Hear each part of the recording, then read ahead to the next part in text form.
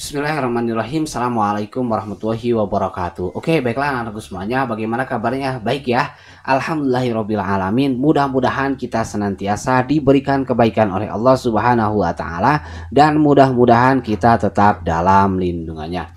Baiklah anak-anakku semuanya, kita kembali lagi pada materi pendidikan kemuhammadiyahan dan pada hari ini kita akan mempelajari tentang karakteristik daripada perguruan persyarikatan Muhammadiyah. Langsung aja anak-anakku semuanya, kita buka terlebih dahulu dengan bersama-sama membaca bacaan basmalah. Bismillahirrahmanirrahim. Baiklah anak-anakku semuanya, setiap sekolahan tentunya berbeda dengan sekolahan yang lain. Umpamanya sekolah negeri dengan sekolah swasta atau sekolah Muhammadiyah dengan sekolah yang lain tentunya memiliki perbedaan. Nah, apakah yang membedakan antara sekolahan satu dengan sekolahan yang lain? Tentunya adalah karakteristiknya ya. Kalau gedungnya sih memang beda ya, tapi yang membedakan secara substansinya adalah karakteristik dari sekolah masing-masing. Nah, untuk itu pada hari ini kita akan mempelajari bagaimana sih karakteristik daripada perguruan persyarikatan Muhammadiyah itu. Nah, anak-anakku semuanya, Kiai Haji Ahmad Dahlan sudah mendirikan lembaga pendidikan namanya Kisbul Arko dulu ya, nama sekolah Muhammadiyah yang pertama kali didirikan oleh Kiai Haji Ahmad Dahlan. Nah, ketika Kiai Haji Ahmad Dahlan itu mendirikan sekolahan, bagaimanakah karakteristiknya? Ketika itu Kiai Haji Ahmad Dahlan menganggap bahwasanya pendidikan di Indonesia itu masih lemah ya, karena ketika itu masih terdapat dua bentuk atau dualisme pendidikan. Yang pertama adalah pendidikan pesantren tradisional ya, Islam tapi pahamnya masih paham yang tradisional ya. Nah, selanjutnya adalah pendidikan yang didirikan oleh pemerintah Hindia Belanda dengan tujuan menciptakan pegawai-pegawai agar bisa bekerja di pabrik-pabrik milik orang-orang Belanda.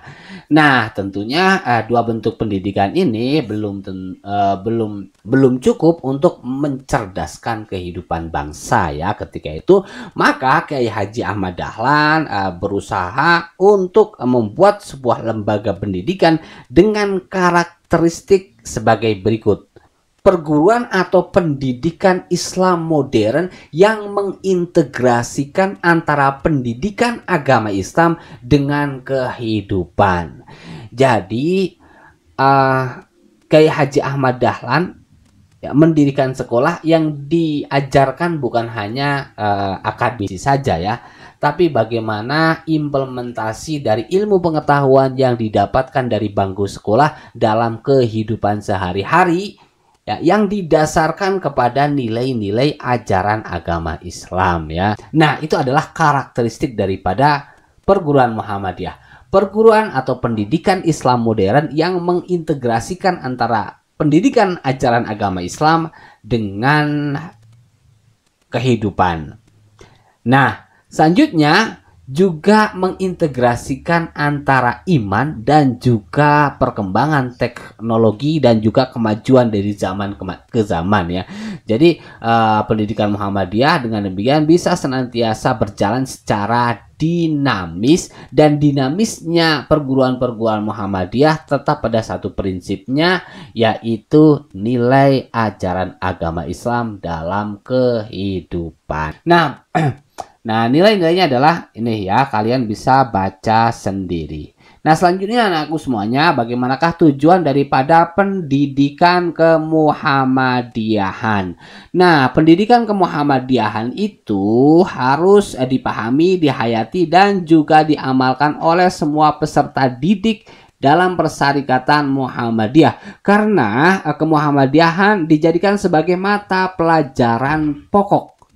Ya, mata pelajaran pokok di sekolah atau lembaga-lembaga pendidikan dari tingkat dasar sampai perguruan tinggi ya, ada pelajaran namanya pendidikan kemuhammadiyahan. Itu harus dihayati, dipahami, dan juga diamalkan. Supaya apa? Supaya peserta didik mampu mewujudkan ya, ikut serta dalam mewujudkan keyakinan dan cita-cita daripada persyarikatan Muhammadiyah itu sendiri, yaitu menegakkan dan menjunjung tinggi ajaran agama Islam sehingga terwujud masyarakat Islam yang sebenar-benarnya. Jadi dalam diri kalian itu memiliki tanggung jawab ya untuk mewujudkan keyakinan dan cita-cita Persyarikatan Muhammadiyah ya, menegakkan dan menjunjung tinggi ajaran agama Islam sehingga terwujud masyarakat Islam yang sebenar-benarnya. Masyarakat Islam yang sebenar-benarnya yaitu masyarakat Islam yang adil, makmur, dan diridhoi oleh Allah Subhanahu wa Ta'ala. Makanya dimanapun kalian berada, kalian harus memiliki kebermanfaatan untuk sesama kalian ya.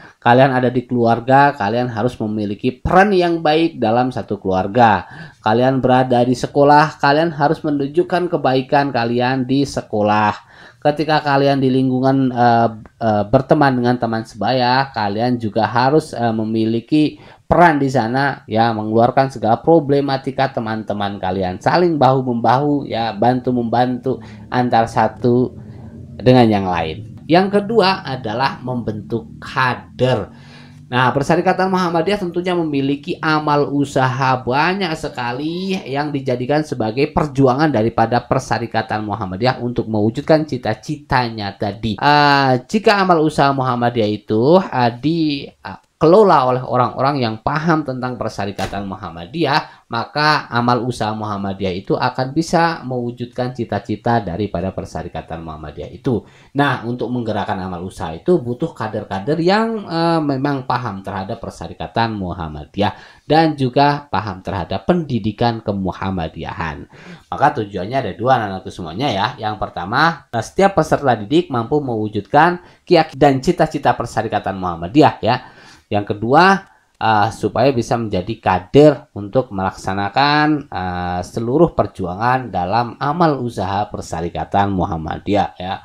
Lanjut ya anak-anakku semuanya, itu adalah tujuan daripada pendidikan kemuhammadiyahan. Selanjutnya adalah ini ya, kader tadi. Yang selanjutnya langsung ke bagian yang terakhir aja anak-anakku semuanya ya, kedudukan dan juga fungsi pendidikan kemuhammadiyahan. Nah, kedudukannya itu sebagai mata pelajaran wajib di sekolah-sekolah Muhammadiyah, sedangkan fungsinya adalah sebagai pembeda dengan sekolah-sekolah yang lain. Nah, itu adalah kedudukan dan fungsi daripada pendidikan kemuhammadiyahan. Baiklah anak-anakku semuanya, itu saja tentang karakteristik perguruan Muhammadiyah ya. Saya akan ulas dari pertama. Jadi karakteristik perguruan Muhammadiyah itu adalah perguruan Islam modern yang mengintegrasikan antara pendidikan agama Islam dengan kehidupan dan juga mengintegrasikan antara iman dan juga kemajuan teknologi. Nah, hal itu didasarkan pada gagasan yang dilakukan oleh Kiai Haji Ahmad Dahlan pada abad yang ke-20 setelah menganggap bahwasanya pendidikan Indonesia itu masih belum memiliki satu kemajuan yang signifikan yang pasti karena masih didominasi oleh dualisme pendidikan, yaitu pendidikan pesantren yang tradisional dan juga pendidikan yang dilaksanakan oleh pemerintah Hindia Belanda dengan tujuan hanya untuk membuat pegawai-pegawai pada pabrik-pabrik yang dimiliki oleh pemerintah Hindia Belanda. Nah, tujuan daripada perguruan Persyarikatan Muhammadiyah itu yaitu pendidikan kemuhammadiyahan harus dihayati, dipahami dan juga diamalkan sehingga peserta didik mampu melaksanakan tujuan daripada Persyarikatan Muhammadiyah itu sendiri, yaitu menegakkan dan menjunjung tinggi ajaran agama Islam sehingga terwujud masyarakat Islam yang sebenar-benarnya dan juga membentuk kader Persyarikatan Muhammadiyah agar perjuangan Muhammadiyah ini terus bisa dijalankan sepanjang masa. Selanjutnya yang terakhir yaitu tentang kedudukan dan fungsi daripada pendidikan kemuhammadiyahan yang berkedudukan sebagai mata pelajaran wajib di sekolah-sekolah atau lembaga pendidikan di Persyarikatan Muhammadiyah. Selain itu, pendidikan Muhammadiyah memiliki satu fungsi yaitu sebagai pembeda antara perguruan Muhammadiyah dengan perguruan-perguruan yang lain. Baiklah anak-anakku semuanya, itu saja materi kita yang bisa kita sampaikan hari ini. Kurang lebihnya mohon maaf. Wabillahi taufik wal hidayah. Wassalamualaikum warahmatullahi wabarakatuh.